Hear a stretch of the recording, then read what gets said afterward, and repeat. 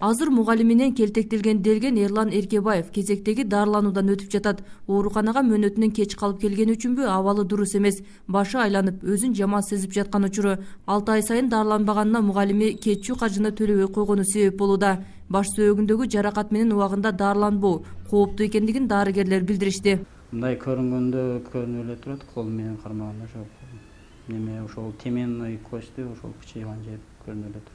Кийинки ошонун последствиясы ошол башы ооруп, кээ бир баш айланып, ошондой белгилер болушу мүмкүн. Маалыматка ылайык, ООЗ-2 келишим боюнча келтек жеген баланы мугалими 18ге чыкканга чейин дарылоодон өткөрүп турууга тийиш. Бирок ал макулдашуу куруу убада боюнча аткарылбай калган. Мындан улам өспүрүмдүн ата-энеси 2 жыл мурда катталган окуяны кеч болсо да коомчулукка ачыктоону туура көрүштү. Айтымдарында 6-класста окуган Эрланды чет тили мугалими катуу сабап койгон. Муну өспүрүмдүн классташтары да бышыкташат. Таяк менен уруп, таяк сынып калган, анан кийин колум шакемди урган.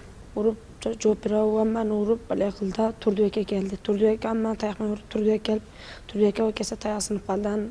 Анан экөөнү шакекме уруп, Кадырды шакекме урса, Кадыр кача калган башыга. Секинтиде Эрланды башы бычайып калган. Күндөн күнгө бала начарлап атат. Мен бардым, текшертирдим.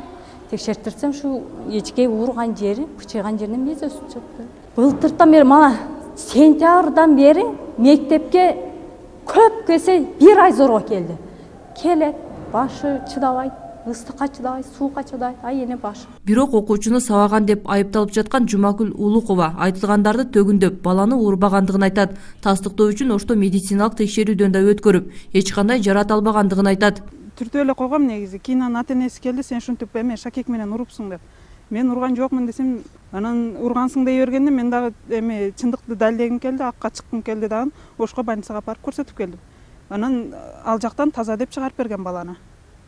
Анан азыр эми келип алып, 2 жылдан кийин кайра келип алып, эми дарылатасың деп атат да. Мектеп директору да айтылып жаткан мугалимдин сөздөрүн ырастайт. 6 жыл иштеп окуучуларга кол көтөрмөк турсун, орой мамиле кылбагандыгын мисал келтирет. Ошондой эле башка мугалимдерден кесипкөйлүүлүгү, үлгүлүү жүрүш турушу менен өзгөчөлөнүп тургандыгын да кошумчалайт. Мен кайтадан бул эжекейди текирет болсо дагы чакырай дегем. Себеби дегенде мыкты эжекейлерден өзүн дагы немеси эң жакшы, өзүнүн билими дагы жакшы окуучуларга берген эмеси бар.